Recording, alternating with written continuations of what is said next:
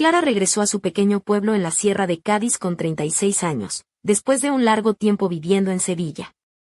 Su padre había fallecido meses atrás, dejándole como herencia una vieja casa de piedra y madera encaramada en una colina rodeada de naranjos cargados de fruta, con ramas retorcidas que lanzaban sombras misteriosas al caer el sol, como si guardaran viejos secretos que nadie se atrevía a desvelar. No tenía pareja ni hijos, solo una maleta con ropa, su portátil y un viejo piano que logró rescatar de su apartamento en la ciudad. Clara sentía que la tierra que la vio crecer no la recibía con cariño. El viento hacía crujir las contraventanas por las noches, las ventanas sudaban frío en pleno septiembre, y las vecinas al pasar murmuraban rezos y miraban con recelo aquella casa que, decían, estaba habitada por presencias invisibles. Se oyen pasos en el desván, voces apagadas, comentaban al cruzarse con ella. Clara no creía en supersticiones, pero sí en el silencio, en ese silencio denso que parecía envolverla en la soledad de la casa. Iba sola al mercado de Medina Sidonia para comprar pan, queso de cabra y manzanas.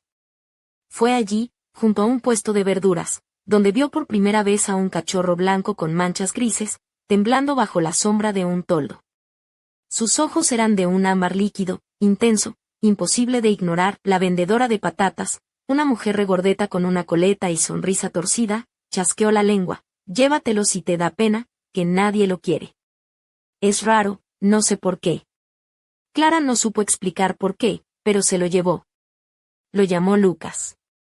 Lucas creció rápido, con un carácter fuerte y una inteligencia que parecía anticiparse a cada palabra de Clara, como si leyera sus pensamientos. Por las tardes, el perro se tumbaba cerca de sus piernas mientras ella leía frente al fuego. A veces, cuando cerraba el libro, se quedaba inmóvil sintiendo la respiración acompasada de Lucas, especialmente en esas noches frías cuando el cielo estaba cubierto por una sábana de nubes y el bosque murmuraba en la oscuridad. Una noche, Clara se despertó con una sensación extraña, como si alguien le estuviera observando. Lucas estaba sentado junto a su cama, mirándola con esos ojos brillantes que parecían conocer todos sus secretos.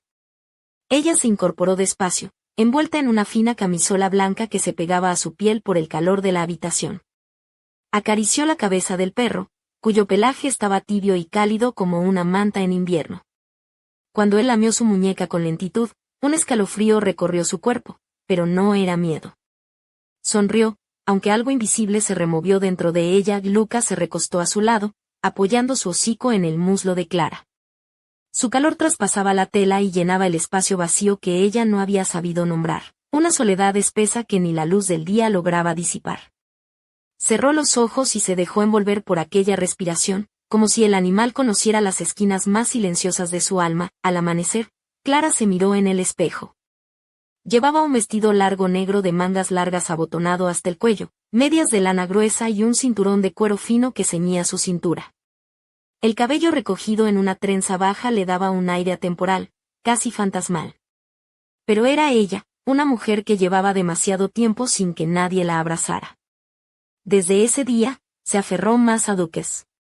Él la esperaba en la verja cada vez que salía, la seguía al huerto y se echaba bajo la mesa mientras Clara escribía relatos en su portátil. Había algo en su mirada que le decía sin palabras: no estás sola, claro, y si me pongo a hablar con las naranjas también, ¿qué? Pensó mientras sonreía para sí, recordando lo raro que le parecía todo eso. Una tarde de octubre, Clara volvió del mercado cargada con bolsas llenas. Al llegar al porche, dejó caer las llaves. Sin que ella lo ordenara, Lucas las tomó suavemente con la boca y se las tendió. Exhausta, se sentó en el banco de madera. El perro apoyó la cabeza sobre sus rodillas, ella lo acarició y no retiró la mano. El silencio era cómplice. Hojas secas caían lentamente, como recuerdos viejos. Clara llevaba un vestido de lino gris, con bordados delicados en los puños, medias blancas de rejilla y botas bajas de cuero marrón que crujían con cada movimiento. La tela rozaba su piel con una suavidad que le hacía sentirse casi desnuda bajo la mirada intensa de Lucas. Él la observaba como si pudiera ver más allá de la carne, atravesando la ropa y llegando hasta el alma. Aquella noche, se bañó en la vieja tina de hierro que calentaba con leña. El vapor empañaba los cristales mientras escuchaba el crujido de la puerta. Era Lucas.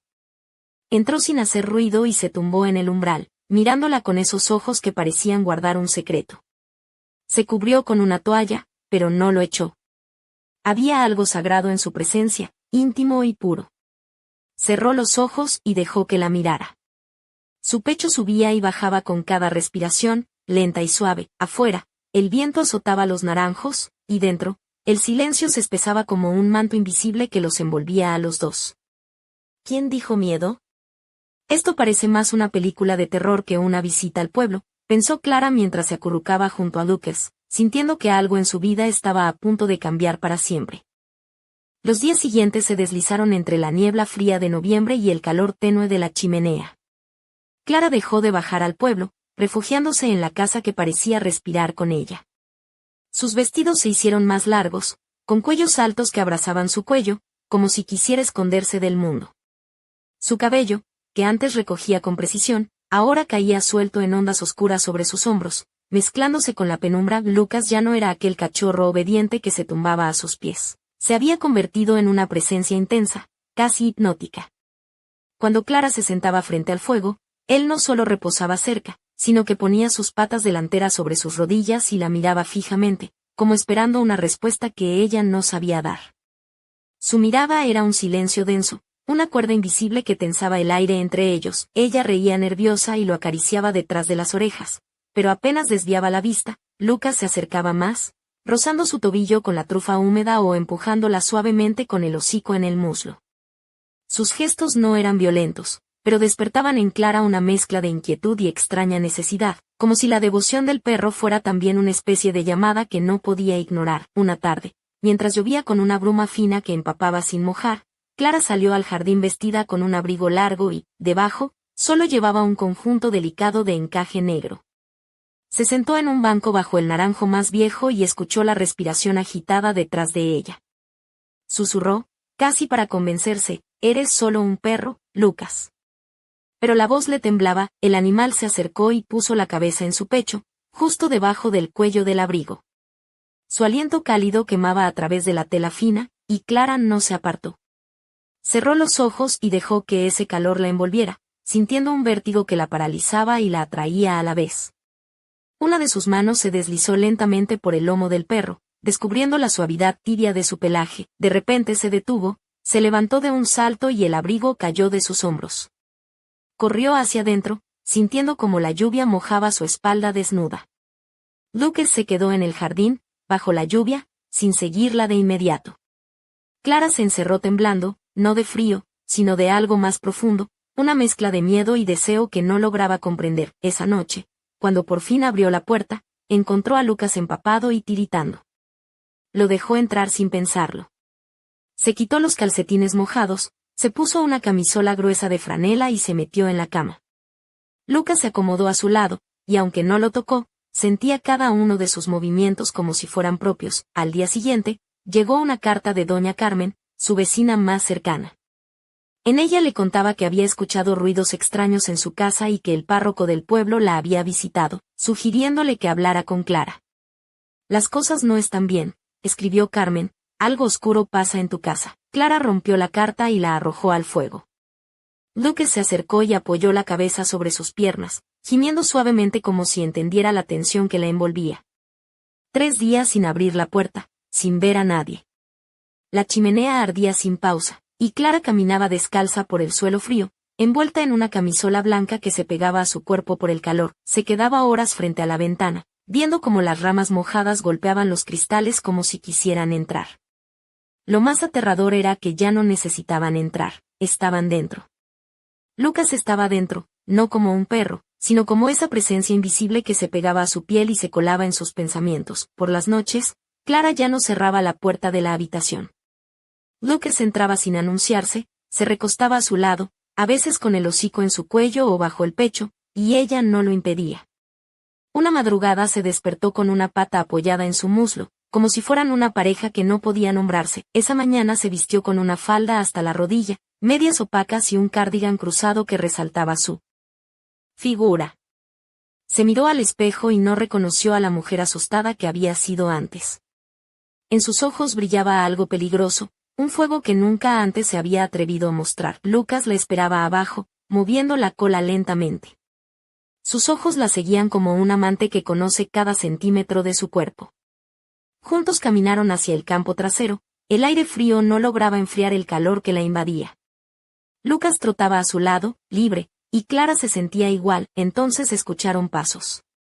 Era Ángela, la hija del panadero, apenas 17 años pero con una mirada que parecía haber visto demasiadas cosas en el pueblo. La joven la miró con mezcla de temor y curiosidad. Dicen que no sales del todo.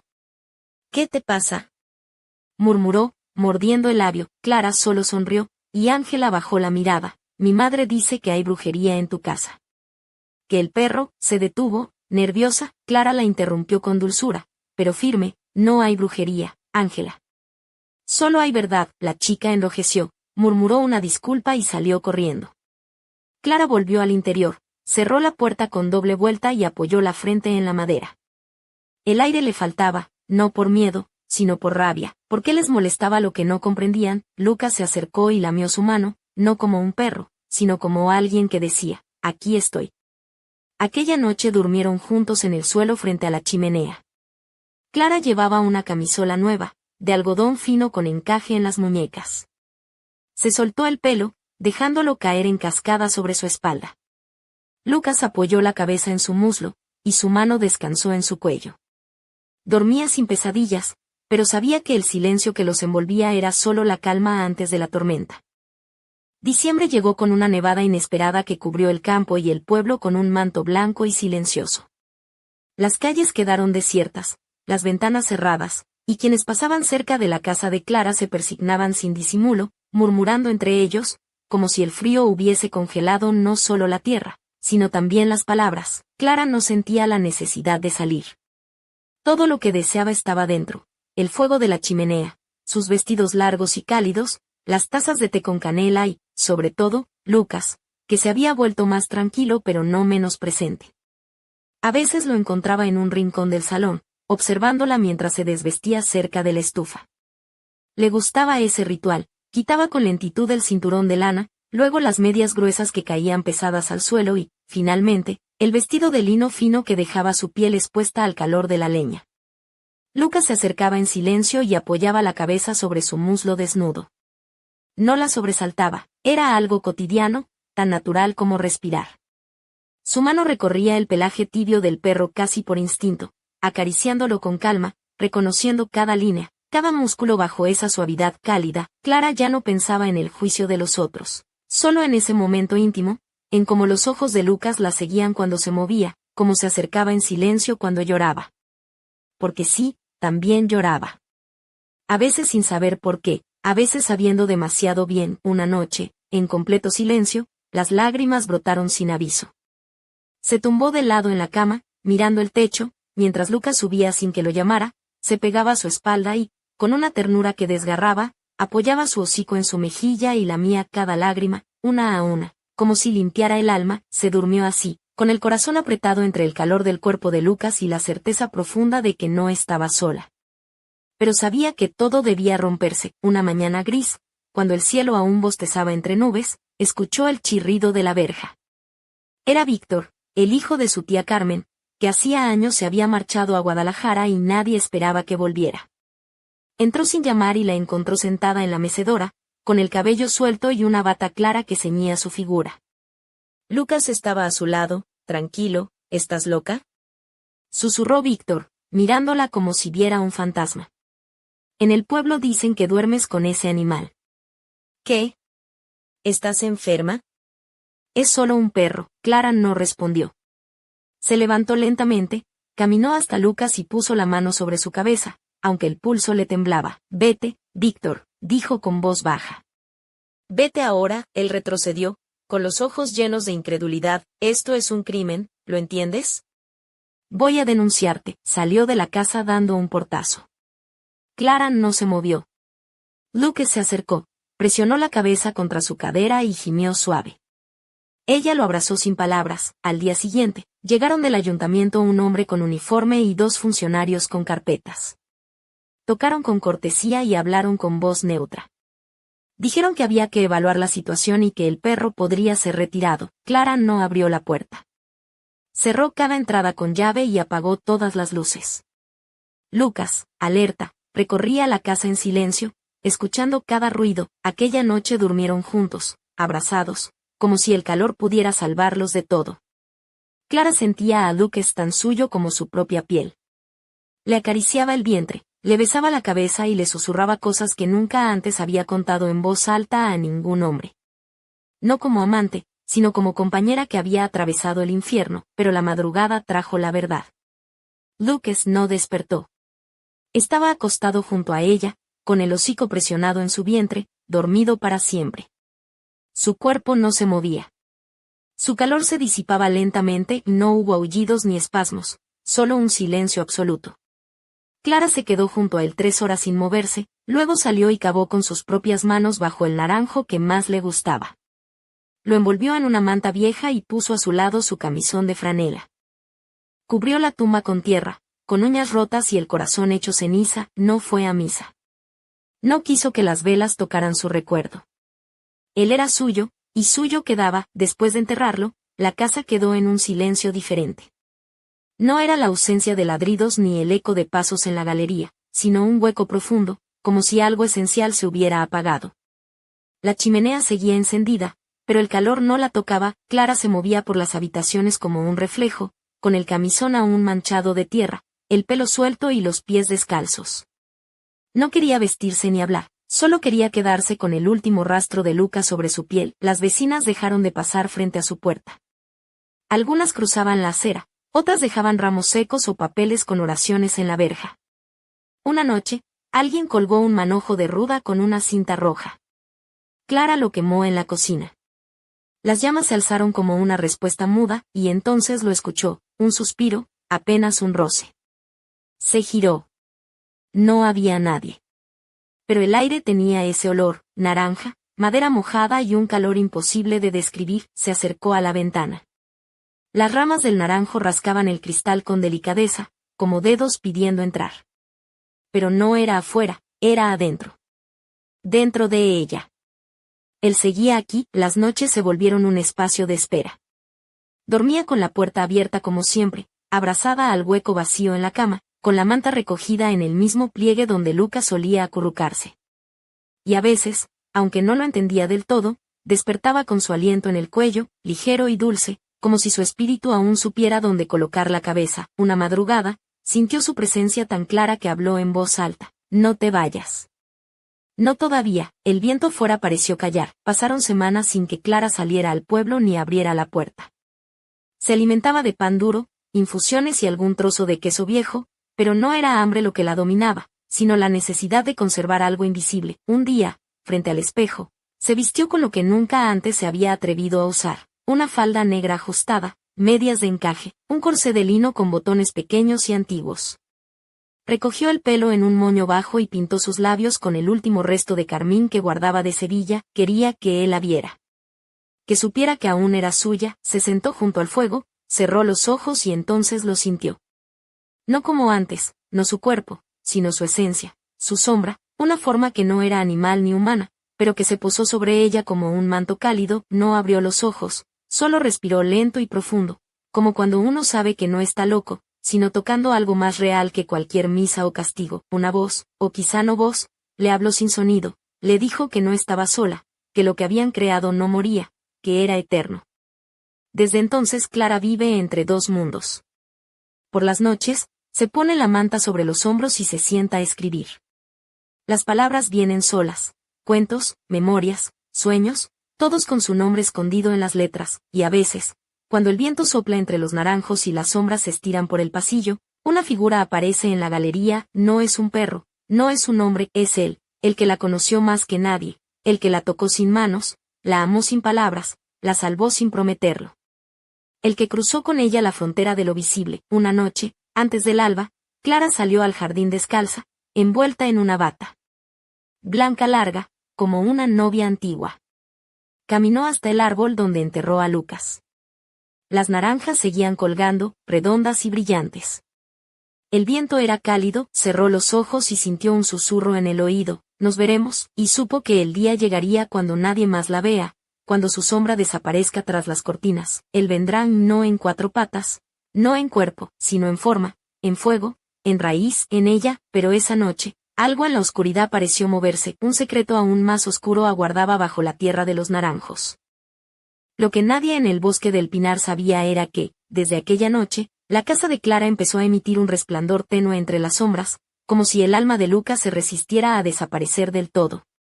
Las vecinas, que antes se alejaban con miedo, ahora escuchaban susurros que se mezclaban con el viento, voces que parecían llamarla desde la oscuridad. Clara, por su parte, comenzó a notar detalles inquietantes. Pequeñas huellas de barro aparecían en el suelo junto a la chimenea, aunque nadie había entrado. La vieja radio de la sala se encendía sola emitiendo estática y, a veces, entre el ruido, un ladrido distante que helaba la sangre. En el espejo del recibidor, su reflejo parecía alterarse, mostrando a veces una sombra alargada con ojos de ámbar líquido que la seguían sin pestañear. Una noche, mientras escribía con la manta de Lucas sobre los hombros, escuchó un susurro entre las ramas del naranjo. Se asomó a la ventana y vio una figura fugaz, que se perdió entre la niebla. No era humano, ni perro, sino algo entre ambos, una presencia que la llamaba con un nombre que no era el suyo. Clara sintió que aquella historia apenas comenzaba, que la línea entre la vida y la muerte, entre el amor y la locura, se había vuelto difusa. Y en el fondo de su pecho, una pregunta la atormentaba, ¿qué estaba dispuesta a sacrificar para mantener vivo aquello que ahora habitaba en ella? El viento volvió a susurrar, esta vez con voz grave y cercana. ¿Estás lista para cruzar la última frontera? Y en la penumbra de la casa, una sombra se alzó lentamente, con ojos de fuego que brillaban con un secreto antiguo. El misterio apenas comenzaba. Lo siento, pero no puedo continuar con esta historia.